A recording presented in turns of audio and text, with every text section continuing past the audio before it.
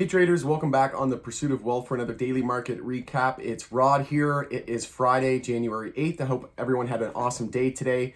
And in today's video, we're going to look over the broader market, some news and events, and we're going to talk about Canopy Growth entering the United States market here within the next year. The CEO is forecasting based on the developments in the Senate and the US democracy. So stick around and we'll jump right into today's content.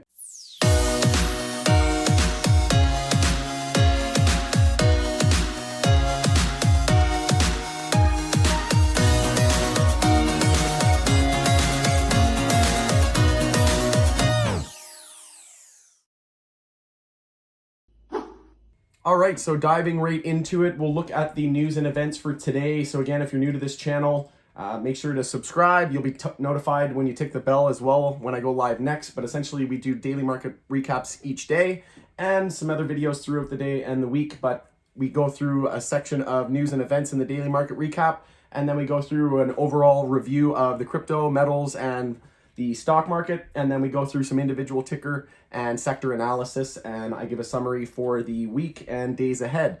So we'll look into some news and events. We got a lot on the news front today, so we'll go through this as quickly as possible. White House task force warns a possible new USA variant driving the spread. So a little bit of uncertainty in the markets there. Stock market news live update. Stocks turn lower following the report that the stimulus bill faces roadblocks in the Senate.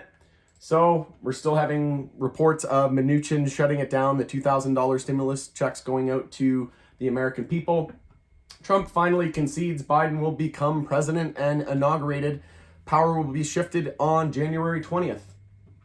Pompeo, Mnuchin among cabinet secretaries who discussed using the 25th Amendment with staff, sources say, and that was to remove Trump from office. But they're still expecting that the Democrats could impeach him. He'll be impeached in general, and it's on its way. It looks like Congress may impeach him within the next week. We'll see. U.S. economy shed 140,000 jobs in December versus 71,000 gain expected. So huge miss and blow to the market, but SPY ripping to all-time highs each day pretty much doesn't really seem to carry yet, but this was a very bad number. So if we look here on investing.com, and see non-farm payrolls. Week before, 336,000. They were forecasting 71,000, came in at 140. So that's essentially double what they were forecasting. So that's bad. UK approves Moderna's cure.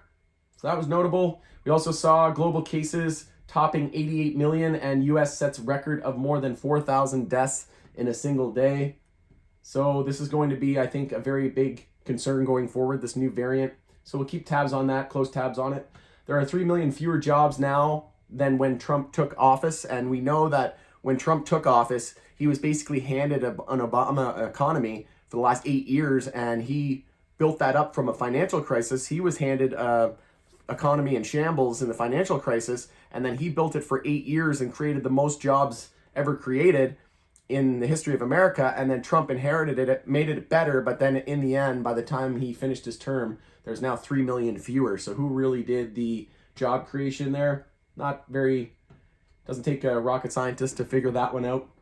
Stocks making the biggest moves in pre-market. So we saw Tesla, Micron, and a few others up big today, but Tesla essentially coming out with some news about their $25,000 vehicle and seeing a lot of FOMO, Elon Musk becoming the richest person in the world. Micron reported quarterly earnings. We'll take a look at this chart here very briefly as well, but 78 cents per share, 7 cents a share above estimates, and the revenue also topped estimates. So stock was up today after beating both EPS and revenue. We saw retail rents tumble to historic lows in New York City amid bankruptcies and store vacancies.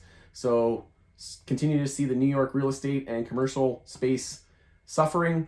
So Tesla's $25,000 electric car could be coming sooner than we thought. So initially they thought in 2022, and they're expecting it could be even sooner.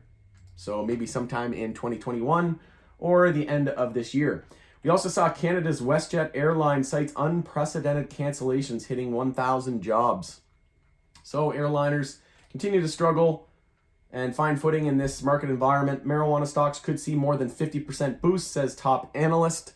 And we'll look into the Canopy Growth here. So this title of the video suggests Canopy Growth confident it will enter the US within a year. CEO David Klein says, as he expects the pot giant to be operating in the United States in about a year amid hopes of Democratic control of Congress will pass legislation that would effectively legalize cannabis federally. Woo! Let me know in the comments below if you're excited about that, because I sure am. What we really need is some combination of safe banking, a revised coal memorandum, and a reclassification by the executive branch, all of which probably happens in the next 6 to 8 months away. Klein said in an interview, we are pretty confident that we're operating in the US a year from now, so we'll be pretty good about that. We feel pretty good. On Tuesday, Joe Gervais added, so you can read the rest of that article. I'll skip ahead just in the interest of time. Canopy boosting Ontario presence with 9 new Tokyo Smoke stores.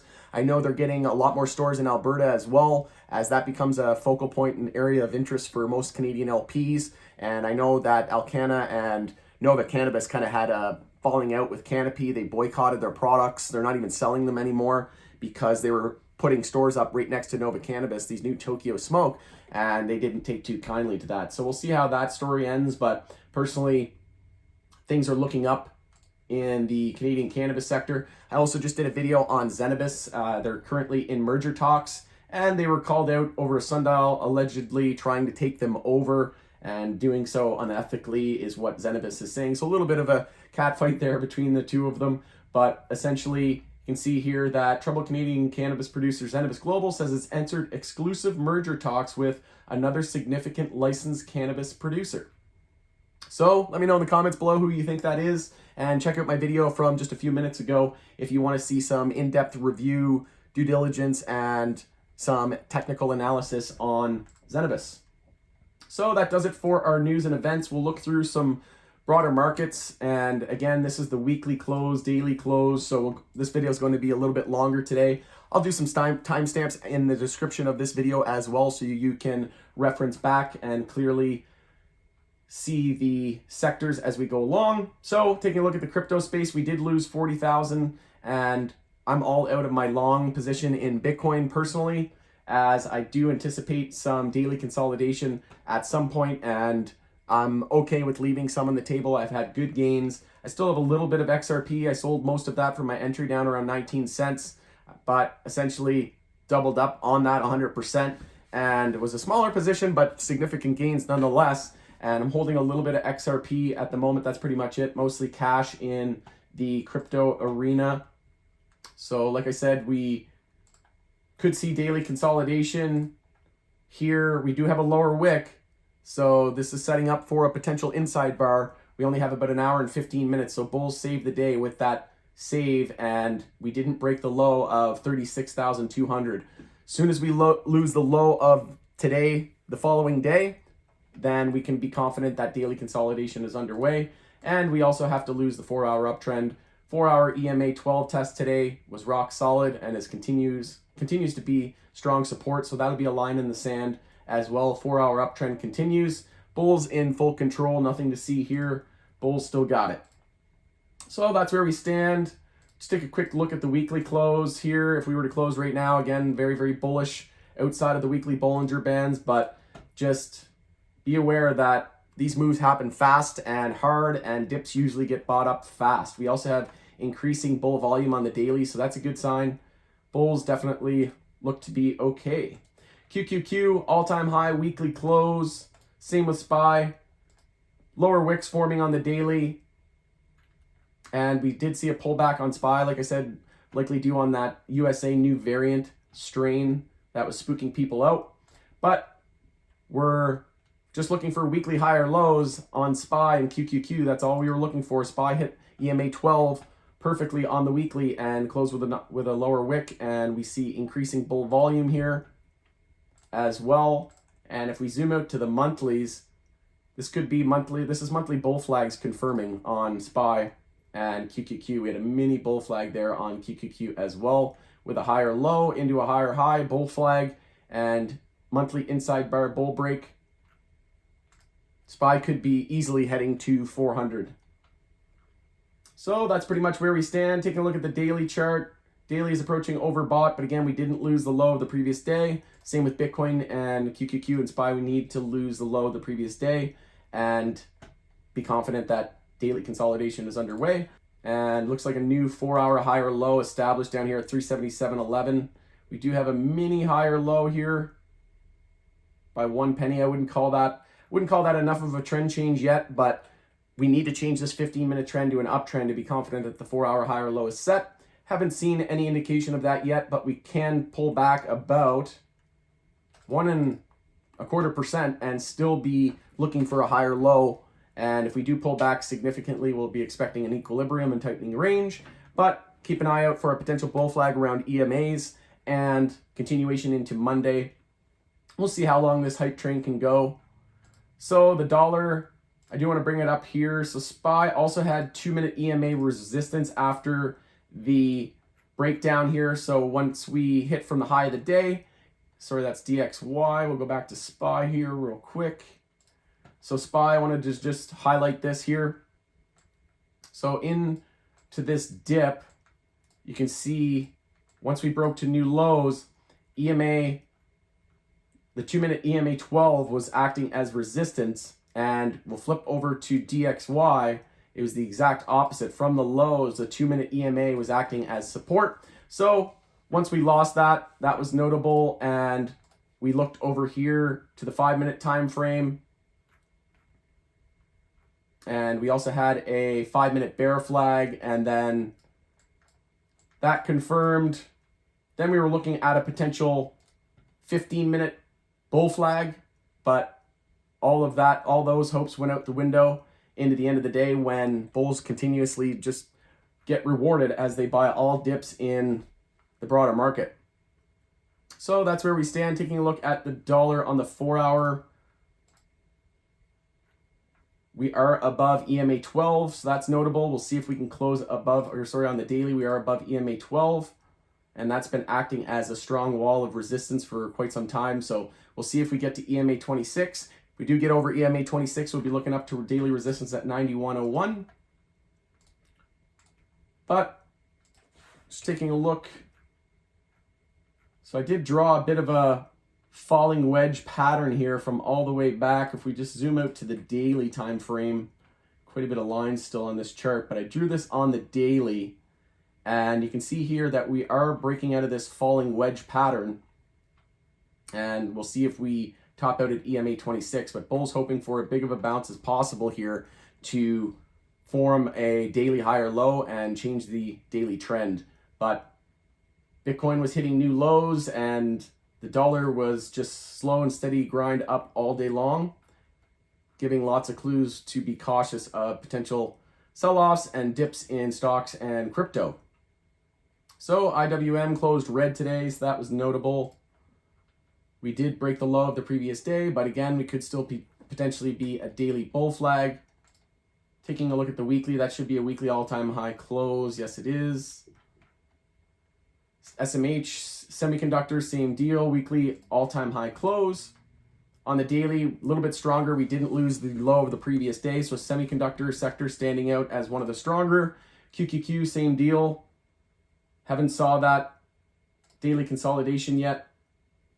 So moving on, TAN down about 2% today. Again, lost the low of yesterday. Could be a daily bull flag. And need to change hourly trends back to the bulls to be confident that these lows are set.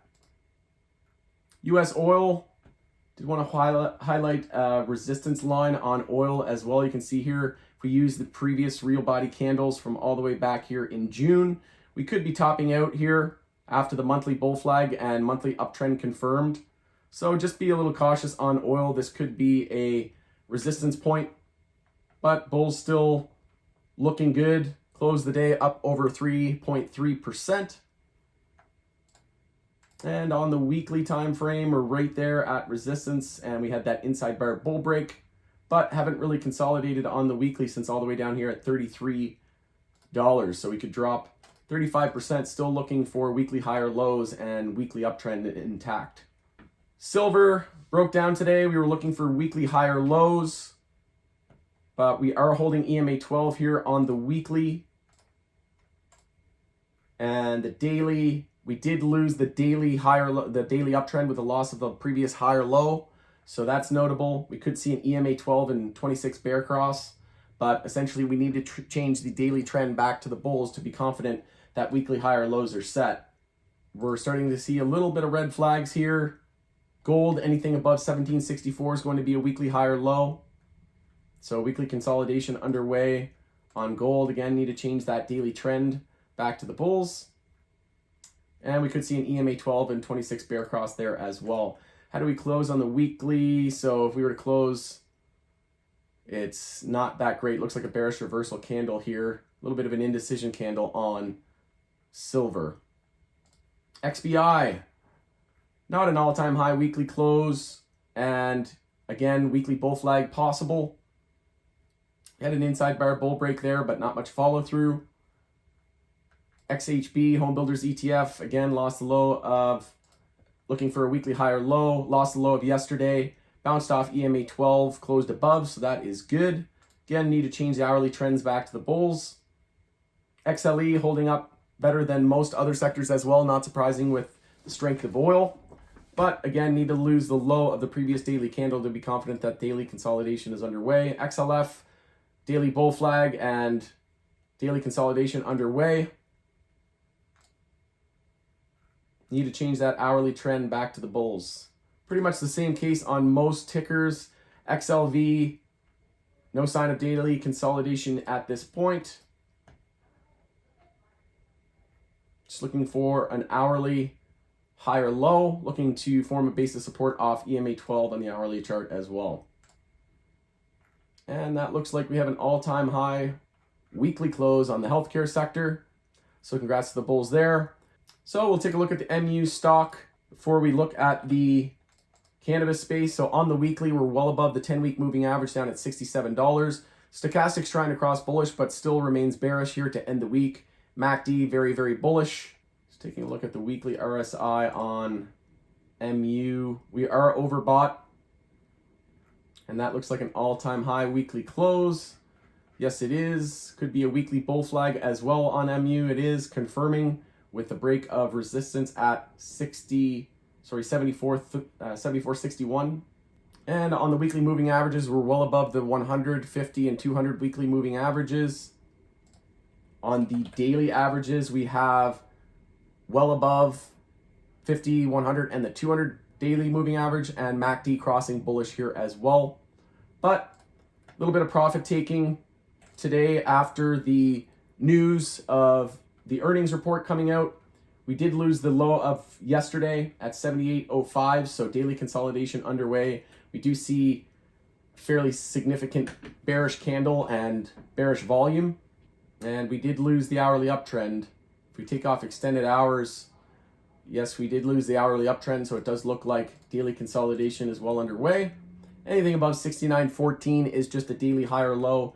Keep in mind we're in a daily uptrend and a weekly uptrend and a monthly uptrend. So bulls are very, very strong. Watch out for hourly oversold conditions as a possible entry. Usually provides a good entry and signal for when looking for daily higher lows. So taking a look at the 5-minute chart, 5-minute oversold. Didn't really quite give us anything. I guess you could have entered, if you entered at 70s, you get about a dollar bounce, so about a little under 1.5%, so not a huge bounce here on the 5-minute. I'd be waiting for at least 15-minute oversold. We did touch down to 15-minute oversold actually. So at this point, I'd be waiting for hourly oversold. More patient bulls are going to be waiting for hourly trend changes to be confident that daily higher lows are set. But that's pretty much where we stand in terms of MU. So taking a look at the MJ sector today, we'll take a look at CGC here as the leader. And you can see that CGC and MSOS charts, daily chart and MSOS, so looking for daily higher lows, possible daily bull flags. Very, very similar gap in the chart as MSOS. So MSOS and Canopy, very, very similar. And you might be saying, why is that the case? One's Canadian, one's focuses on an ETF on US MSOs. So why is MSOS very correlated? It's because they're both listed on major exchanges with access to massive capital markets and inflows of different types of hedge funds, institutional investors, that type of thing. So very, very similar On the daily chart, both daily bull flags, CGC on the weekly, well above the 10-week moving average. We did dip below 26.24 this week, and that provided a nice good buying opportunity. Stochastics looking to cross bullish, but still bearish, and MACD is remaining bullish as well. So closing the week with 2 out of 3 macro indicators showing some bullish tails, and CGC on the weekly moving averages. You can see that we're still well above the 50, 100, and the 200 weekly moving averages. Weekly bull flag potential. So not only do we have a daily bull flag, we have a weekly bull flag potentially lining up. And on the daily chart, we back tested that 50-day moving average, confirmed support, huge run up, gap in the chart. We could potentially fill the gap, but right now it's still a daily bull flag. So if we do drop below, say $29, daily bull flags are likely negated, and we can look to a gap fill down here around $27, $28. But we did bounce off the 50-day moving average. That was a great entry after confirming support, and also we touched down on the 200 weekly moving average here and confirmed support, and the weekly bull flag, which is extremely bullish. Looking at the weekly close, that is a very strong weekly close. We closed above resistance. We have the monthly EMA 12 and 26 potentially crossing bullish here, so that could provide some additional momentum for the bulls. But like I said, weekly confirming the bull flag, and on the daily chart, we did break the low of yesterday. So again, daily bull flag still intact. Again, if we do break the low of today on Monday, we'll look to further daily consolidation, potential gap fill, but a potential bounce here around EMA 12 as well, down at 27.62. So I'd be looking at mid $27 range if we do see further daily consolidation going into next week. XLY, NSP, PCLO, TGOD down the most, with XLY leading the decline down over 12%. On the bull list, we had Cron, Fire, VLNS, huge, Hexo. So we did see Hexo was up almost $5 after hours. Cron standing out as one of the leaders today. Still a potential daily bull flag, and nice close there on the daily with a lower wick. Looking like that may play out next week.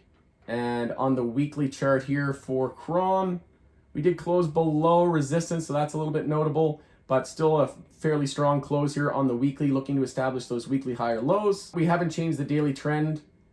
Need to break the high of 937, confirm a daily bull flag and a daily uptrend, and then we can be confident that the weekly higher lows are set. Take a look at Hexo. Hexo still a daily bull flag. We did break the low of yesterday, but not by much. And if you would have bought the dip down at 453, you'd be up roughly about between 5 and 10%. So again, daily bull flag still possible. We're in a monthly uptrend, weekly uptrend. We did close below weekly resistance. This could also be a weekly cup and handle here. Drew this out a couple of times now, but we broke out of that daily pennant. And this could be a potential weekly cup and handle. Perfect 33% retracement, and we'll see. We also had weekly EMA 26 crossing through, EMA 12 crossing through 26 period. So that's a bullish indication. We also bounced off of the weekly EMAs, which is notable. Touched down on EMA 26, which is down at 359. And we bounced perfectly off of that. So we'll see if we can set our weekly higher lows. But need to change the daily trend again if we confirm a bull flag here and we break resistance up at, we have 522. So if we break 522, we have 532 next after that. But break 522 and we're in a daily uptrend and weekly higher lows are set. So that's where we stand on a Hexo. Hexo also had a daily golden cross. So keep an eye out on Hexo going into next week. I think it could be positioned very well. I also really like CGC and Acreage. Holding some Zenibus as well. I bought that on the merger talk rumor. So buy the rumor, sell the news potentially. Just a small position, totally okay with that one going to zero. Bought about 20 or 30,000 shares. So we'll see how that plays out. Take a look at USMJ. So on the bear list, we had Vireo, MedMen, and BAM leading the decline. We had BioHarvest up 34%, Acreage up over 20%, Trulieve up, finished, had a nice bounce there to end of the day. You can see here all-time high weekly close. And we had a break of the support here, but a weekly bull flag confirming and huge volume. So congrats to the bulls. I'm personally all out of individual MSOs, but I am holding MSOS, the cannabis ETF. Daily bull flag confirmed, closed above resistance of 50.56, new all-time high. Huge volume on the daily. Bulls in full control. Other than that, we'll just take a look. Cura had some fundraising news, so it didn't really close. Closed basically flat on the day. GTII closed red, so that's notable. And I am expecting, like I said, some consolidation at some point. No signs of it yet, though.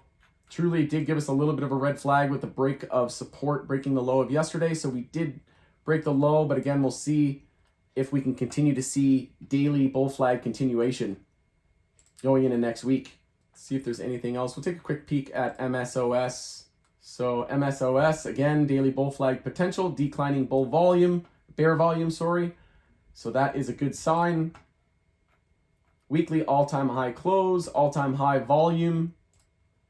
Monthly chart. We're going to set a monthly record volume, it looks like. So we'll sum things up here.